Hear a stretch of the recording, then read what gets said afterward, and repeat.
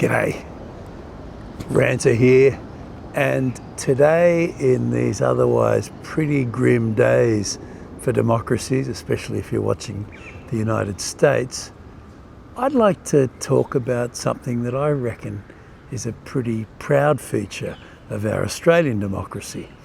I'd like to talk about the seat of Fowler out in Sydney's western suburbs. Fowler's the seat that Cabramatta, one of our biggest Vietnamese communities, is located in, so I have a long-standing interest in Vietnam and the Vietnamese community. And in this election, the two front-runners for election are both Australian Vietnamese. The sitting member, Dai Le, is an independent, formerly a member of the Liberal Party, and the challenger, the Labor candidate, Tu Le, is a young lawyer. So, and interestingly enough, these two candidates, they both have the same family name. They kind of are also generationally different. Dai Le was born in Vietnam before 1975, and Tu Le was born in Australia. Before I get started on why the electorate of Fowler is so impressive, I thought I should explain my pronunciation of Vietnamese names.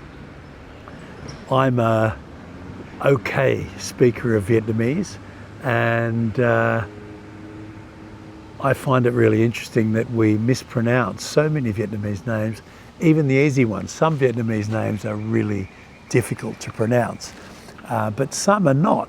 And in the case of the two candidates in Fowler, L-E, Le, is actually really easy to pronounce. And for some reason, these two candidates get called Lee.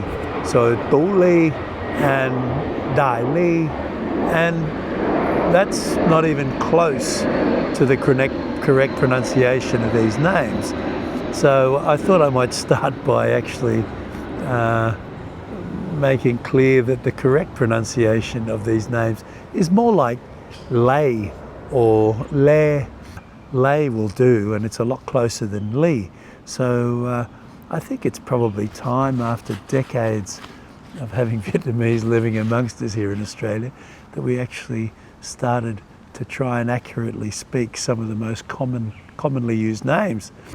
Vietnamese people are so keen to kind of not make a fuss about this that very often they themselves adopt the mispronunciation of their own names. So you'll hear Vietnamese pronounce their own name as Nguyen, or in the case of these two Fowler candidates, Lee.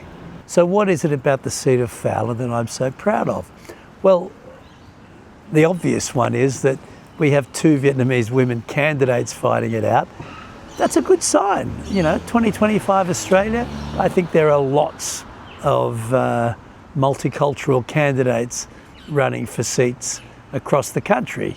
There's Vietnamese, I know, there are Chinese, there are Indian, there are Arab candidates, which is a really great thing. And I've got to say, some of the most impressive candidates are in that cohort. But Fowler also tells us something that's really impressive about our democracy. It's something that American democracy misses and British democracy misses.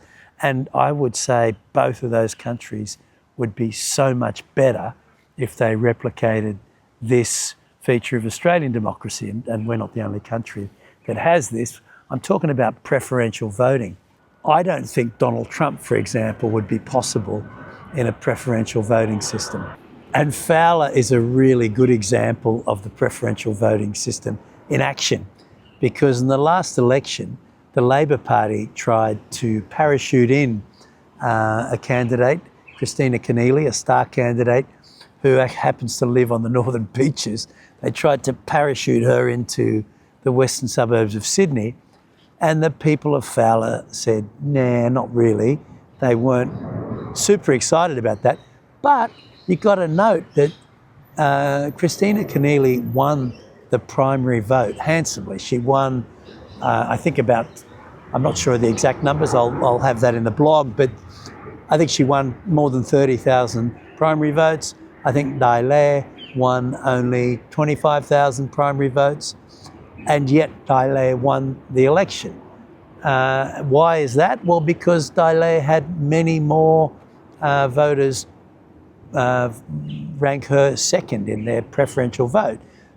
Because, of course, if Kristina Keneally got 35% of the vote and Dailai got 25% of the vote, or something like that, then that means 40% of the voters haven't been included in those votes. And those 40% must have primarily given their vote to Dailai, which is why she won the seat and Kristina Keneally didn't. And much as I favour progressive candidates, I also like diversity, I like independence. In fact, I would prefer a parliament with a lot more progressive independence as well. But anyway, whatever, the system is working when candidates like Dailai, who are independent and who win on second preferences, when they get up. That's a good thing. That's the system working as it should, and that's why we have a really interesting parliament now. I would say the Teals are the best thing happening in our parliament. A lot of people say, well, they're pretty conservative in the scheme of things. Well, they are in seats that are normally conservative. They are, I would say, the best candidates you could hope for in conservative seats. The point being that Fowler achieved something really good when Dailai won the last election. The people rejected the parachute-in candidate that the Labor sort of head office sent them, and they elected an independent, and they elected the independent on preferences. That's a good thing. Now, in this current election, Labor has learned its lesson, and Dailai, who was supposed to be the candidate in 2022, is the candidate in 2025. You know, my preference is with Dailai because I've met Dailai and I've heard her speak a couple of times. She's a very impressive young woman. She's an activist lawyer. She's, you know, been very involved in community work. Whoever wins, it's a great thing to see a seat showing off the best features of our democracy. Diverse candidates who represent their communities, point one, and two, our preferential voting system, ensuring that the community intentions are best represented. Let's see what happens in the coming election. Thanks for checking out Inner West Ranter. You can also check out our website and look forward to chatting again soon.